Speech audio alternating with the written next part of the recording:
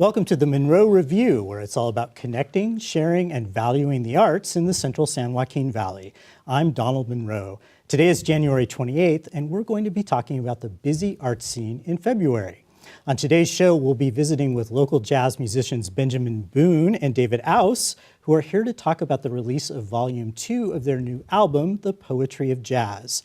Alex Vavoulis of the Fresno Free College Foundation will tell us about a new chance to see an old TV series that was hosted by the late Philip Lorenz. Plus, the Selma Arts Center is premiering the much-anticipated play, The Curious Incident of the Dog in the Nighttime, and Juan Guzman is here to fill us in. But first, let's recap some of what I've been covering on MunroReview.com.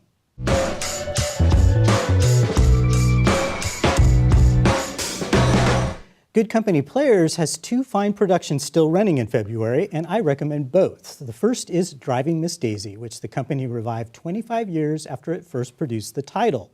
One of the highlights is that we get to once again see Ed Burke, who reprises his role as Hoke Colburn, the chauffeur who strikes an unlikely friendship over the years with the white Jewish woman he drives around in the segregated days of the Deep South. Playing opposite him as Daisy is the wonderful Mary Piona, who offers a sterling performance. Man, can she play cranky. She also finds her character's gentle side, and the bond that Daisy forms with Hoke becomes deeply affecting.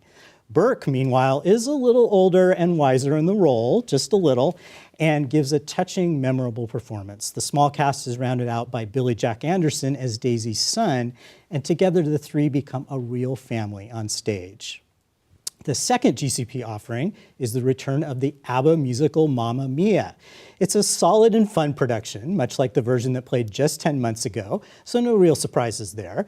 Much of the cast has returned from last year's show. There are some very nice new additions as well. Emma Den Beston makes a great new Sophie, the sweet young thing whose impending marriage on a picturesque Greek island sets up the conflict when she invites all three men who might be her father to the wedding. Emily Pisano returns as a powerhouse Donna, the flustered mother. I would go back just to hear her sing The Winner Takes It All just one more time. Kay Wilkins and Paige Parker are great as Donna's old friends. And of course, you as an audience member get not one but two chances at Dancing Queen. If that doesn't put a bounce in your step as you walk out of the theater, it's hard to imagine what will. Another fun theater review to write was for the national tour of The King and I, which made a stop at the Soroyan Theater. This vibrant revival, which received critical acclaim recently on Broadway, managed to make the classic tales seem a little fresher than you might expect after all these years, while still retaining that old Rodgers and Hammerstein charm. More reviews. The Fresno Philharmonic continues to have a stellar season. The highlight of January's concert was world-famous pipa player Wu Man, who wowed the audience with her virtuoso technique on this ancient Chinese instrument. It's a sound unlike anything you've quite heard before. I describe it as a cross between a cowboy twang and a warbly, muffled daintiness, like an opera singer gargling her notes. Also impressive at January's concert was conductor Ray Hoteda's interpretation of the Rimsky-Korsakov masterpiece Scheherazade, based on 1001 Nights. The third movement's memorable finale gave concertmaster Stephanie San Ambrosio a powerful moment in the spotlight as she delivered impossibly high notes held impossibly long. It was just beautiful. Now, let's welcome our first guests. Benjamin Boone and David Aus are celebrating Volume 2 of The Poetry of Jazz, the innovative series of albums they made with the beloved poet Philip Levine. Welcome. Thank you for being here. Oh, thanks so much for having us, Donald. It's a pleasure. This is an exciting week for you. You are looking forward to a big concert on Friday night, Friday, February 1st, celebrating the release of Volume 2. That's right, Donald, and it's particularly impactful and joyful because I was in Ghana when Volume 1 was released in March. So the fact that we can ask the community to come together and help us celebrate the release of this humongous collaboration with so many wonderful Fresno musicians like David and, of course, Philip Levine and Brian Hamada, who's no longer with us, just to come together and celebrate the collaboration is just very, very meaningful. So this is your chance then really to celebrate both albums. It is because as some of your viewers, your longtime viewers might remember. Because we featured you actually from Ghana. You were our first international guest. I had a party in Ghana where a bunch of xylophone people came over and we drummed to celebrate the release of this CD, but I missed Fresno. So I'm happy we can all come together in Fresno to celebrate this collaboration. Well, that's fantastic. So, David, you have been involved with this project from the beginning, and I was there too when you first performed with Philip Levine at the Tower Theater. What do you remember about that night, about that concert? It was pretty wild, wasn't it? It was pretty wild, yes. The thing I remember most is that Philip was insistent that we not do any rehearsals at all. And Ben, on the other hand, is very much wants to be rehearsed and know what's going to happen. And I had calmed down Ben beforehand and said, don't worry, we get to sound check at the day of the event and we'll do that. Well, sound check came, no Phil. We're backstage, Ben's pacing, and I just, well, as you described it, I think I may have said it is what it is, but just letting you know, it's going to be fine. Right, you zinned me down. Which was always Phil's approach. Personally, my big takeaway was I never met Phil that night. First time to do anything with him was him across the stage from me, and I played piano and he read, and music happened. And but the fact that we hadn't met didn't stop it. Musicians all over the world get together in settings like that. You don't know each other, and you make things happen. So there's something really to be said for the spontaneity of an experience like that. Well, it certainly got my adrenaline going. There's no question about that. And what's interesting, some of the poets we're rehearsing with we have a great lineup of guest readers for this event. We'll talk about that later. But, some of them can't rehearse, and so I repeated what Phil told me, which is, what could go wrong? Yes. So it's poetry, it's jazz, it's got to have that element, I thought of right? all the things that could go wrong, but that's just my own personality. But Donald was there. I was. For those of you that remember. And so I walked away thinking, oh, well, that was really nice. It was nice to have this collaboration. But then Donald wrote this review that was, made me think maybe this is something more. And I talked to the people in the band, and that's when we decided to go in the recording studio just to see what would happen, in part because of you, Donald. And it was just one of those experiences that as it's unfolding, you just realize, hey, this is really special. So there are some people who don't actually know what the project is, so I want to make sure that they kind of get a primer on that. So just give us a brief rundown. This is poetry, it's jazz. How did all this come together? So the quickest story I can tell is that I knew of Philip Levine before I took the job at Fresno State, but it was up until 2012 before I had an opportunity to collaborate with him. That was with Fresno Filmworks. They were doing a fundraiser and asked to see if we would do something with Peter Everwine and Philip. We did the concert that you were at. We read the review and thought, wow, this could be something. So over the course of 3 years, we recorded, I think, 29 tracks with Phil, and then we decided, we're going to go ahead and put this out. So we put out Volume 1, not knowing there would be a Volume 2. Volume 1 did exceptionally well, beyond our wildest imagination, Absolutely. I think you could say. And when we say exceptionally well, we're talking about sales and also critical reaction. Pinch me. I never would have believed you don't get reviewed. Not everyone gets reviewed in the Paris Review, right? It was exception, and I think it's the power of Philip's poetry, and that the project really spoke to an interdisciplinary crowd, and the NPR feature really helped with all of that. So if your listeners go to Origin Records, Philip Levine, they can read a lot of the different reviews and the downbeat stuff, and it was just exceptional. So we put out Volume 2. That you and I did a pretty extensive interview on the Munro Review that goes into great detail on all this, and it actually was really fun to do. Well, that was so fun to do, and all of your viewers should go and look at this, because I think you asked probably a question that made me the most uncomfortable of any question that anyone has ever asked. Well, and I like the one on your ticket giveaway too. That's a wild question. Yeah, you'll have to check that out. That's a wild question. So, David, what is going to be happening at this concert on Friday, February 1st? At the concert, people will get to hear Phil's poetry read by outstanding readers. They'll get to hear instrumental performances by a number of the artists who created this music to begin with, and then they'll get a sense of hearing that live together. So there'll be some just reading, some just musical performance, but then simultaneous reading with musical performance, which hopefully captures the immediacy of how this stuff all comes together. Right. And hopefully they'll get a sense of the magic that we had in the studio with Phil. There were so many times in the studio where his read, he would adjust whatever word he landed on to time with something that he knew, he could feel was going to happen musically. He was a real musician. Absolutely, yeah. He has the ears of a musician and could read in that same way. It was always magic in the studio how those things came together. If we had plotted those out to say we're at this, no, this will happen, we could have never achieved it. And it's one of the things that I've kind of learned in pondering on the project now so many years past the recording of it. As a poet, the work process is so solitary. And as a jazz lover, he loved not just the interaction of artists on stage, but also the immediacy of it, the in-the-momentness that is unique to the jazz experience, and people will get to experience that. Well, that's fantastic. Well, we got to wrap things up. You bet. But we want to reiterate, this concert is February 1st, and you can also buy the album online. Is it Origin?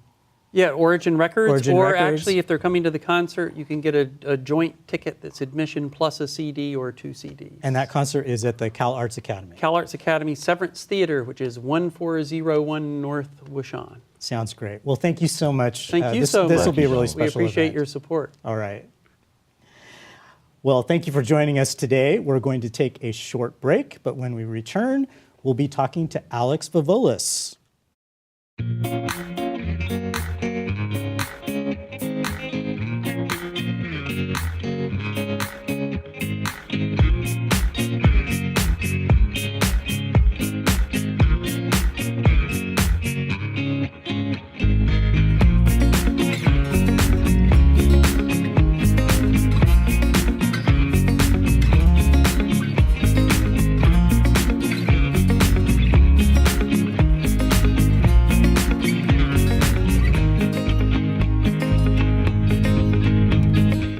Welcome back to the Munro Review. Our next guest is Alex Vavoulis, who has long been instrumental with the Fresno Free College Foundation. He's here to talk about a blast from the musical past. Welcome, Alex. Thank you for being here. Thanks a lot. Thanks for inviting me. So, a lot of people are not familiar with the Fresno Free College Foundation. What is the foundation and how long has it been around? Well, to be the exact, 50 years. 50 years, so it's celebrating its 50th. Celebrating. Well, it started in 1968, and here we are. There you are. What kind of things does the foundation do? What has it Well, done all those years? for one thing, it owns and operates a radio station, KFCF, that we started in 1979. And it's still going strong. And yes, and the whole purpose of it was to bring in a signal from the Bay Area, Right. from Pacifica Foundation radio station, KPFA. And we thought that was very important because we believe in the dissemination of information wherever it occurs. So it was a way to bring kind of another voice into Fresno. Yes, it was very important. And we called it Free Speech Area, Free Speech Radio. Some people want to call it Communist Radio Station. But, you know, this is life in America. Exactly. Yes. It's getting another perspective out there. So one of the things the foundation did was sponsor the Philip Lorenz keyboard concerts. Is that the case? Well, that's certainly one of the things that we did. And, yeah, Philip Lorenz and myself, and also Dr. Sky, who was in the music department also, and the reviewer for the Fresno Bee, we got together and said we should sponsor this, and meaning the foundation, and the Fresno Free College Foundation started sponsoring it, and we did it for some 15 years to be exact. And so one of the things you also did was you sponsored this TV program, right? And so that's what you're Yes. gonna tell us about. Yes. And that was called the Well, music actually, yes, the music yeah. room. It was an idea of the late Philip Lorenz. Mm-hmm. You know, a beautiful guy, a pianist, concert pianist, part of the music faculty at Fresno State, and we did it. And he brought in some top pianists, of Oh, course, from all absolutely. over the world. The most famous And, players you could yes. imagine. And so we took advantage of that. So what I did not realize is that for a long time there was a TV program that actually featured these players. So how many years did that Well, program we go started for? that in 1977. 1977. Actually, it was a Philip Lorenz idea that we should do a radio program of that kind. And was also on television, right? Yes. And so you would actually take the pianists from the series and then they go into the studio. Yes, that was part of it. And then they would play. Actually, most of the programmers came from the music department at Fresno State, and also not only the faculty, but some of the students as well. So you can still watch these programs, right? Yes, well, that's because all of the programs are on On the website. the website of the foundation. So you can actually go back and see Andreas Wirtz, who is the current artistic director of keyboard. You can watch him perform. That's right. Well, he was one of the first ones when he came to to Fresno State. Because he was a student of, And he was a student of Philip's, Philip right? Lorenz, and the way things worked out, it was very good for Andreas Wirtz, and it couldn't happen to a better person. Yeah. And he's a fine pianist. he is, he's very and, good. And the keyboard concerts continue now after him. And it's approaching a 50-year mark pretty soon. Yes. So how many of these programs can you watch online? Online, 23 to be There exact. are 23 Yes. of them. Yes. And Philip Lorenz himself, he hosted the programs. Is that? Well, he's the host of He's the them. host, so he And, introduces the players. And he introduces the players, and he has a little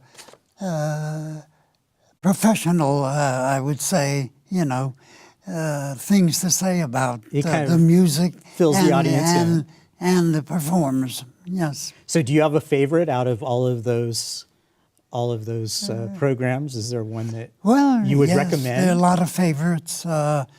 Well, Anna Bronstein, for example, is certainly a favorite. Mm-hmm. And she's still very active, but on the East Coast now. Mm-hmm. Doesn't live in Fresno anymore, although she was part of the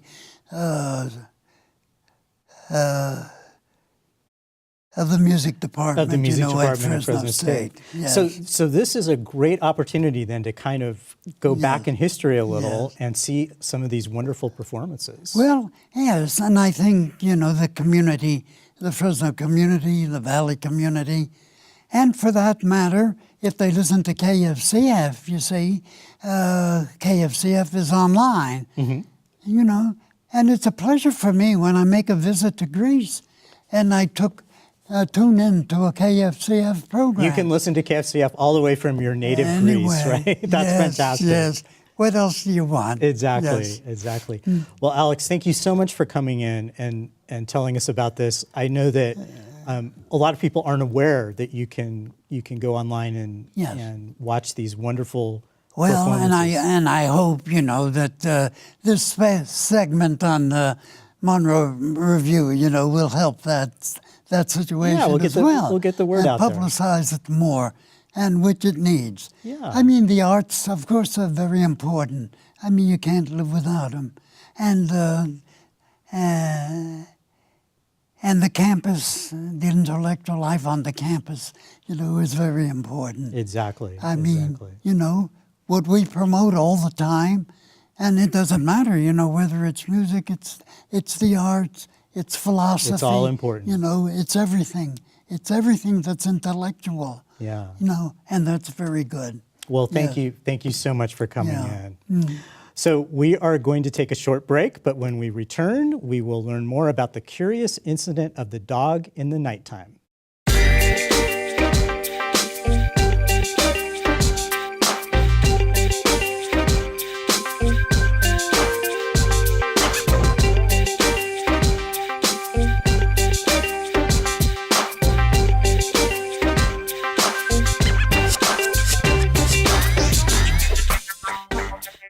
Welcome back to the Munro Review. When Selma Art Center announced it would be doing the local premiere of the play The Curious Incident of the Dog in the Nighttime, local theater observers were pretty excited. Cast member and producer Juan Guzman is here to tell us all about it. Thanks for being here, Juan. Of course, my pleasure, Donald. So why is it such a big deal to get this show for Selma Art Center? Well, I think anytime there's a Central Valley premiere of any production, it's exciting. A lot of people just really love this story. If anyone saw it on Broadway, then they know it's an exciting story. It's a very powerful story. And it's something that I think audiences enjoy, and especially actors enjoy. It's definitely an actor's play. And so this was a 2013 That's Broadway correct. production, won Best Play, was the ticket to It was the have on hottest ticket, Broadway. right, yeah. Right. So tell us a little bit about this story. It's a pretty serious story in many ways. It is. It's intense. It's layered. The way that we've been kind of studying it is we were really looking at it in three different parts. And so the story follows a 15-year-old math genius named Christopher Boone, who's on the spectrum. And so the story is really told through his perspective and the way that he encounters the world.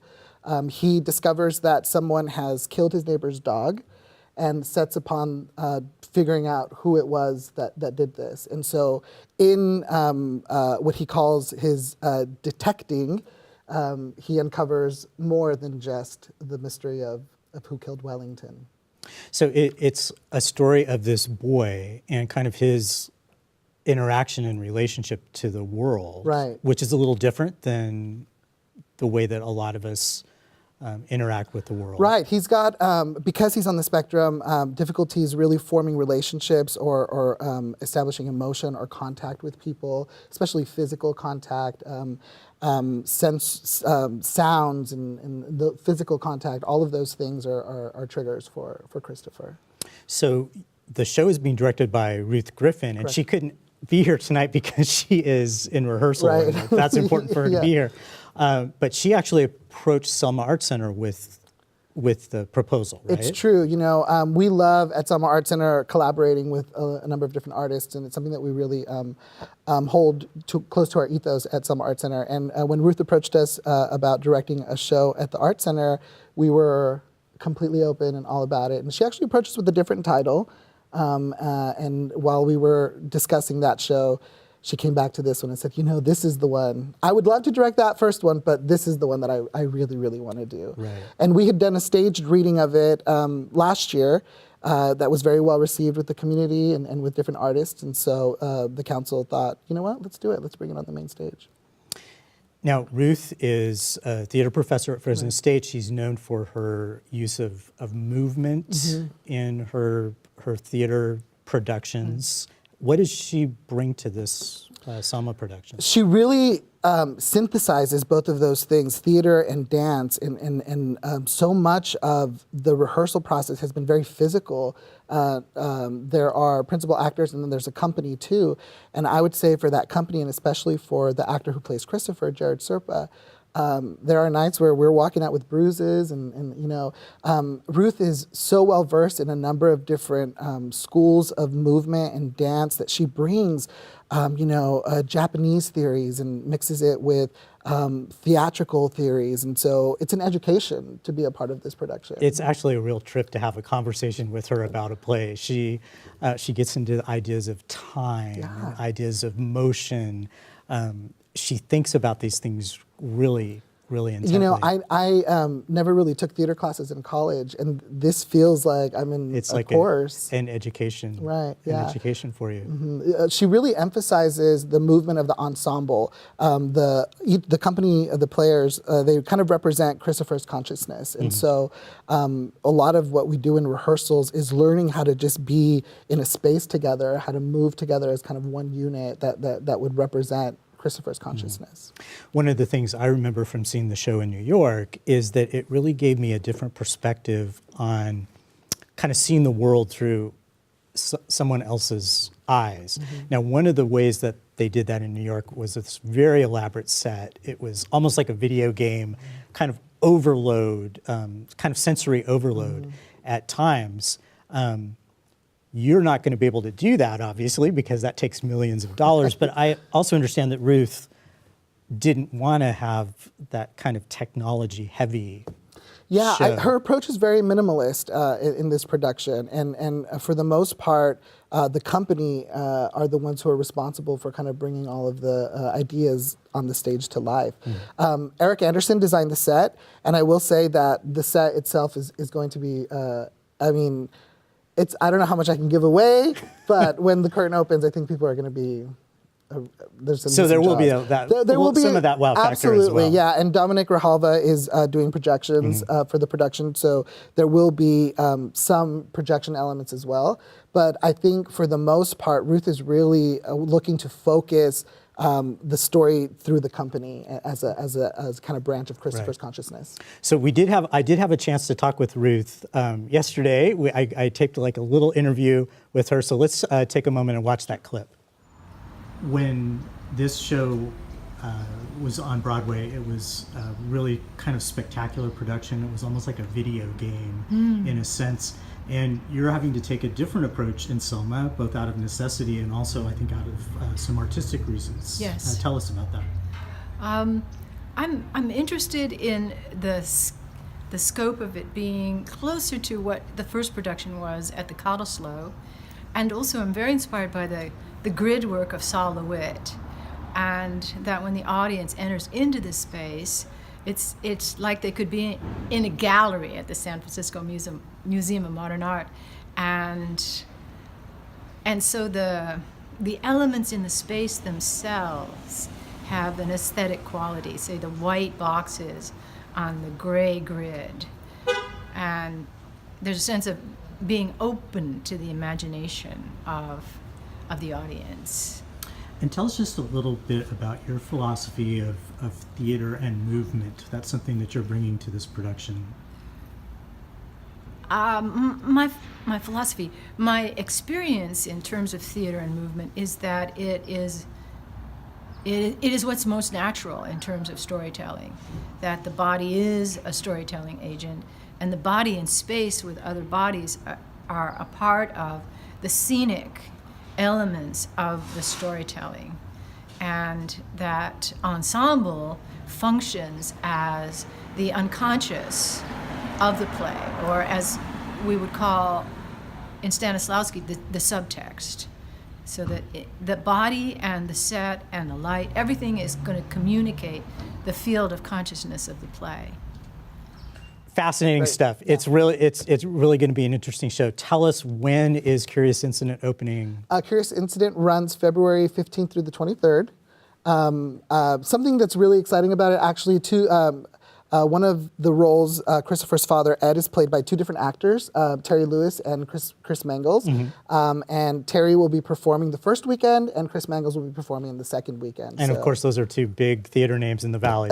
He brings something really different and unique to the role, and it's amazing to see them both.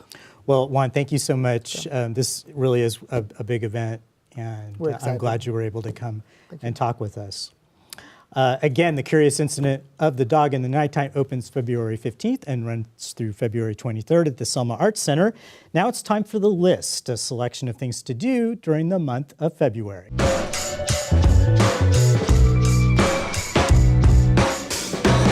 Fresno State's Contemporary Dance Ensemble opens the dance concert Moving Through the Static on February 15th. That's something to look forward to. Another event, for those of you who missed the one-woman play Yanka in Visalia in January, you have another chance at the Fresno Art Museum in February. It opens February 23rd for just 2 performances. The 20th anniversary national tour of Rent stops at Fresno Soroyan Theater on February 6th and 7th. Very popular title. On February 24th, the Fresno Philharmonic presents the concert To Brahms with Love. The guest soloist is Joyce Yang. And at the Fresno Art Museum, the new winter-spring exhibitions will debut to the public on February 2nd, that's coming up soon, and include Brian David Griffiths' Rethinking Fire. Well, that wraps it up for this month's episode of the Munro Review. Be sure to keep up online at munroreview.com and check out all the recent changes on the site, including a new optional membership feature. A big thank you to our volunteer crew, and a thank you to all our guests, Benjamin Boone and David Aus, Alex Vavoulis, and Juan Luis Guzman. And for all of you, please keep exploring and supporting the local arts scene. We'll see you next time.